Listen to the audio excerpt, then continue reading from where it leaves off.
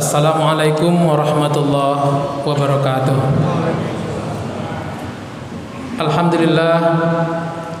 Alhamdulillahilladzi hadana li hadza wa ma kunna linahtadiya laula an hadanallah. Asyhadu an la ilaha illallah wahdahu la syarikalah wa asyhadu anna Muhammadan abduhu wa rasuluh la nabiyya ba'dah. Allahumma fashalli wa sallim wa barik ala sayyidina Muhammad wa ala alihi wa sahbihi wa man tabi'ahu bi ihsanin illa yaumiddin, amma ba'du. Bapak Ibu jamaah salat Isya yang dirahmati Allah Subhanahu wa taala, para ustadz, ustazah, tuan guru, sesepuh Griasri, Bapak Ibu jamaah yang berhadir, anak-anak kami yang kami cintai. Pertama sekali, marilah kita kembali memanjatkan puji dan syukur kepada Allah Subhanahu wa taala.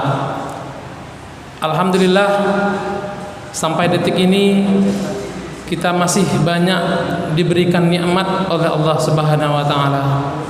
Nikmat iman, nikmat Islam, nikmat kesehatan dan kesempatan, sehingga dengan semuanya itu kita mampu berhadir di tempat yang mulia ini untuk melaksanakan kegiatan yang mulia, yakni melaksanakan sholat Isya berjamaah.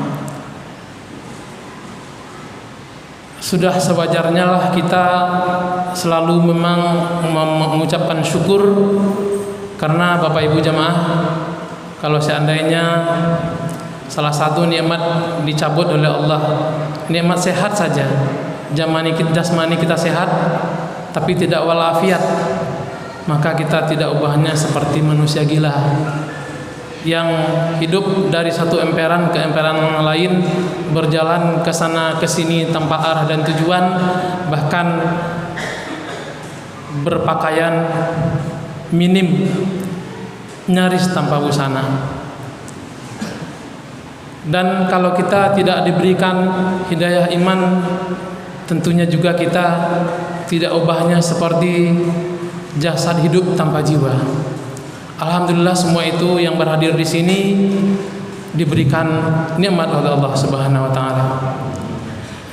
Salam salawat selalu kita mohonkan kepada Allah, moga selalu tercurah untuk baginda Rasulullah. Allahumma sholli ala sayyidina Muhammad wa ala ali sayyidina Muhammad. Semoga dengan senantiasa berselawat kepadanya, insyaallah kita nanti umat yang akan mendapatkan syafaat di yaumil mahsyar kelak. Amin Allahumma amin.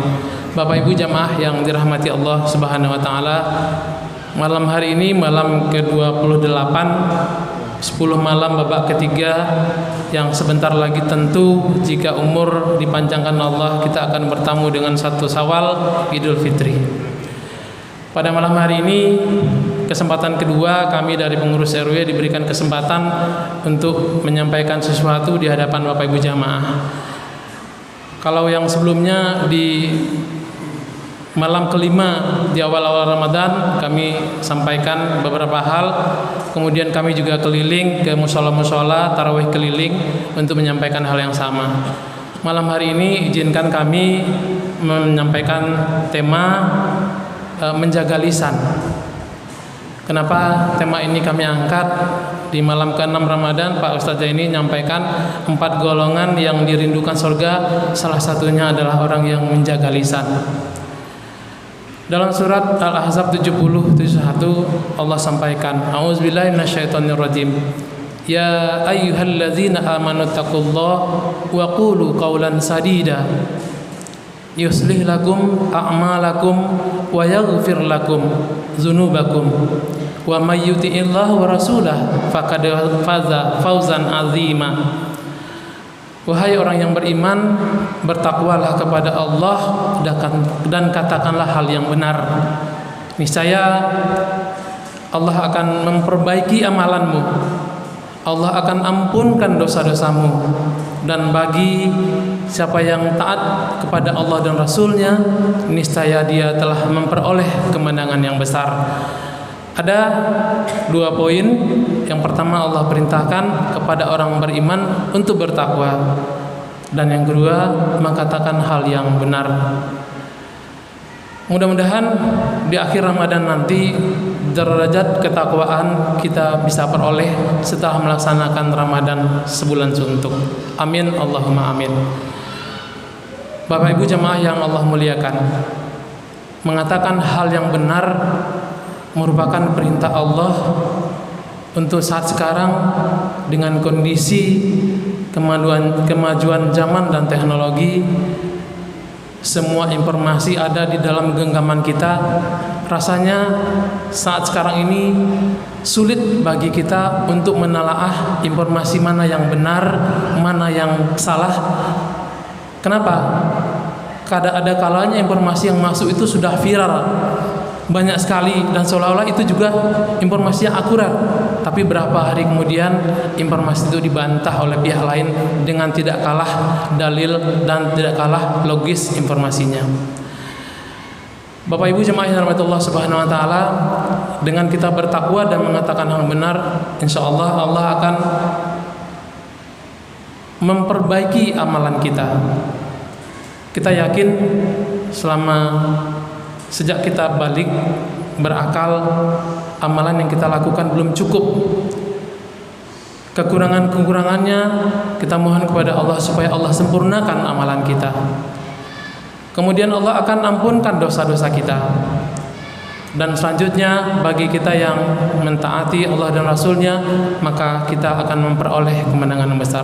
Siapa sih yang tidak mau memperoleh kemenangan yang besar? Kemudian sejalan dengan perintah ini, dalam sebuah hadis dari Abu Hurairah radhiyallahu anhu, Rasulullah sallallahu alaihi wasallam bersabda, "Man kana yu'minu billah wa bil yaumil akhir falyaqul khairan aw liyasmut."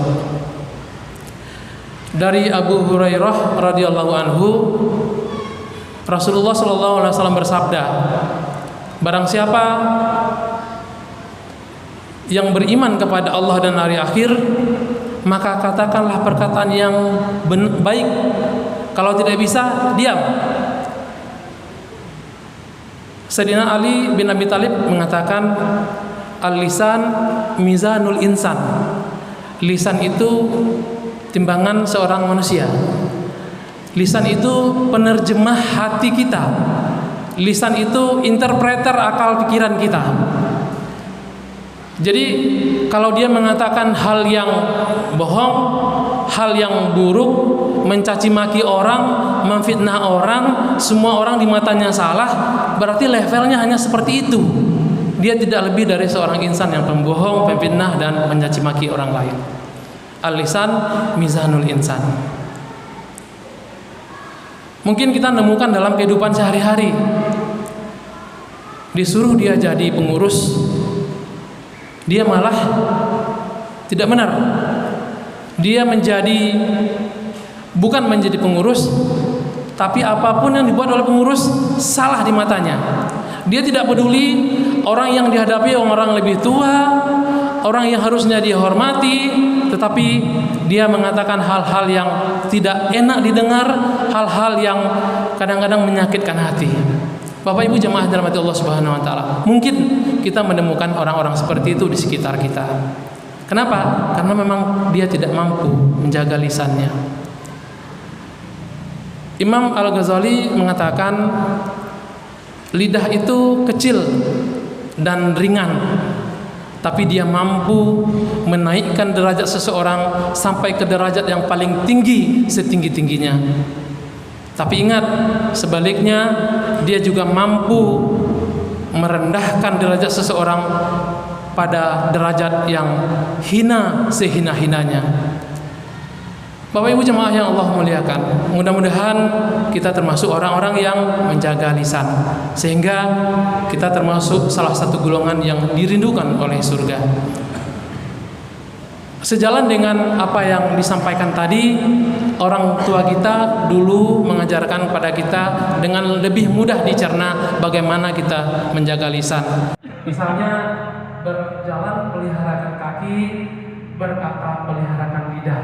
Lidah di sini tentulah yang dimaksud adalah lisan kita. Berjalan peliharakan kaki, Berjalan meliharakan kaki artinya berhati-hati dalam bersikap tingkah laku. Berkata peliharakan lidah artinya berhati-hati dalam berucap, jangan sampai menyinggung perasaan orang lain. Tapi ini perkara yang tidak mudah, karena lidah itu tidak bertulang. Pada waktunya, ada kalanya tajamnya melebihi sebilah pedang. Gampang barangkali kita berucap, tetapi kadang-kadang menyinggung perasaan orang lain. Tidak usah jauh-jauh, dalam keluarga inti kita saja. Bapak ibu sudah berkeluarga 25 tahun. Mungkin sang bapak, sang suami sudah selama 25 tahun sudah berapa kali menghancurkan perasaan hati istri karena ucapannya. Sebaliknya juga demikian. Seorang istri gara-gara ucapannya telah melukai hati seorang suami. Demikian juga dengan ayah terhadap anaknya atau anak terhadap orang tuanya. Kalau kita bawa lebih luas lagi, karena kesempatan malam ini kami diberikan di terakhir bulan Ramadan, kadang-kadang memang sulit. Niat baik, tujuan baik, maksudnya baik, tidak dikomunikasikan dengan baik, kadang-kadang bisa berakibat tidak baik, bisa berakibat menyinggung perasaan orang lain. Bapak Ibu yang Allah muliakan, ada yang lebih tajam lagi kalau situasi seperti sekarang ini, yaitu lidah digital. Kalau tadi mulut kita, kalau kita memperhatikan anggota tubuh kita, lidah kita itu tersimpan dalam rangka kepala, dipagar oleh gigi atas bawah yang cukup rapat, dan diapit lagi oleh sepasang bibir. Artinya apa? Setelah kita mendengarkan, karena telinga kita ada dua, setelah kita mendengarkan 2 kali, kita pandang, kita lihat 2 kali, akurat atau tidak, benar atau tidak, baru kita ucapkan 1 kali. Kalau dia sudah terucap, ibarat anak panah lepas dari busur. Kata Sayyidina Ali bin Abi Thalib radhiyallahu juga, lidah itu ibarat singa. Kalau dia terlepas dari pengontrolan, maka dia bisa menerkam siapa saja, termasuk diri kita sendiri. Orang tua kita juga mengajarkan, mulutmu harimaumu akan menerkam kepalamu sendiri. Tidak jarang orang yang hal-hal kecil, kadang-kadang pejabat kelas tinggi pun tergelincir gara-gara lisan. Tidak jarang, kadang-kadang para ustadz juga sempat tergelincir gara-gara lisan. Kadang-kadang orang-orang yang kita anggap lebih bijak di sekitar kita, tapi dia juga bisa tergelincir gara-gara lisan. Lisan itu bisa menghancurkan persahabatan yang sudah sedemikian kental, tapi sebaliknya lisan itu juga mempersatukan perpecahan yang sudah terjadi sekian lama. Tergantung kita, pilih yang mana. Kalau kita bisa menjaga lisan dengan baik, mudah-mudahan kita termasuk orang yang mampu menjaga lisan. Dalam kesempatan ini yang terakhir yang ingin kami sampaikan, karena kami diberi kesempatan di malam-malam terakhir, atas nama pengurus RW 11 sejajaran, seluruh jajarannya, termasuk juga RT 1 sampai 15, kadangkala kami menyampaikan sesuatu lewat grup di medsos, apakah WA dan sebagainya. Kalau ada hal yang kurang berkenan di hati warga, kami mohon dibukakan pintu maaf yang sebesar-besarnya. Kami sendiri secara pribadi selama 15 tahun telah bergaul dengan jamaah Negeri Asri. Kiranya dalam pergaulan itu ada hal-hal yang sempat melukai hati Bapak Ibu jamaah sekalian, kami juga mohon dibukakan pintu maaf yang sebesar-besarnya. Jika pedang melukai tubuh, ada harapan untuk sembuh. Bila lidah melukai hati, kemana obat hendak dicari. Karena itu mohon dibukakan pintu maaf yang sebesar-besarnya. Akhirul kalam, mohon maaf lebih dan kurang. Assalamualaikum warahmatullahi wabarakatuh. Salatul tarawih wa jarakumullah. Sallu salatul tarawih wa sallam.